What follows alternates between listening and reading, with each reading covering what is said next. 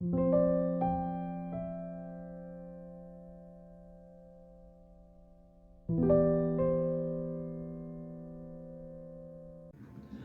आत्मा भाग 5। आत्मिक हथियार बांध दो। परमेश्वर यीशु मसीह का मार्ग प्रेम और मेल मिलाप का है। परमेश्वर नहीं चाहता कि हम किसी भी प्रकार से हिंसा का सहारा ले। साथ ही यीशु कहता है कि हम अपने दुश्मनों के लिए प्रार्थना करें और बुराई को भलाई से जीत ले।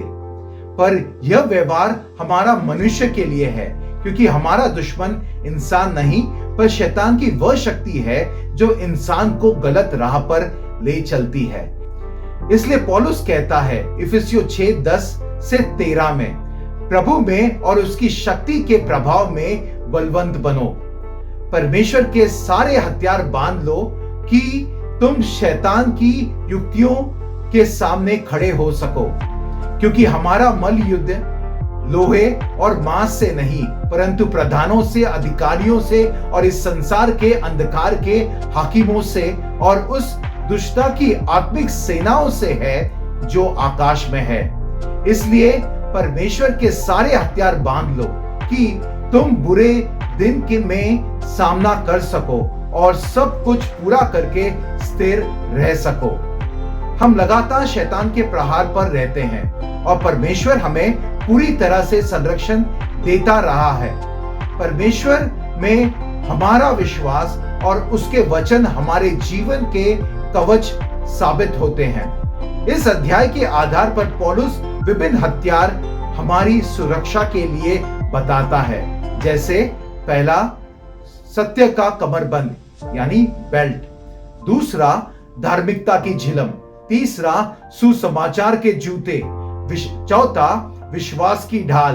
पांचवा, उद्धार का टोप। छठा, आत्मा की तलवार जो परमेश्वर का वचन है। सातवां, सारे लोगों के लिए प्रार्थना करने का हृदय। परमेश्वर हमें इन सारे हथियार से सुसज्जित देखना पसंद करता है।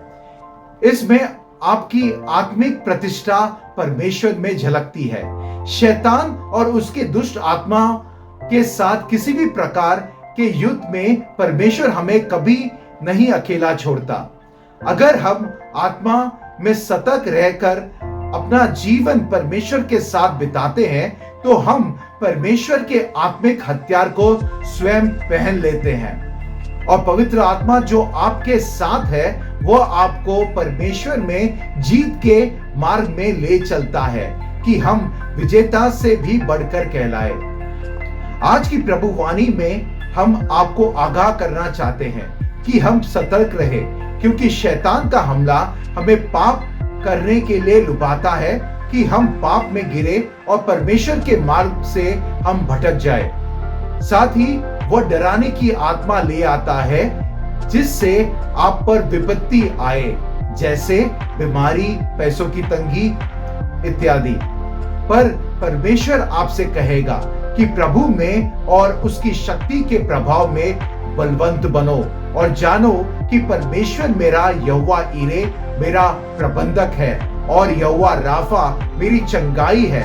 साथ ही यह वचन याद रखे जो कहता है 1 यूहन्ना 4:4 में, हे बालकों, तुम परमेश्वर के हो, तुमने उन पर जय पाई है, क्योंकि जो तुम में है वह उससे जो संसार में है बड़ा है।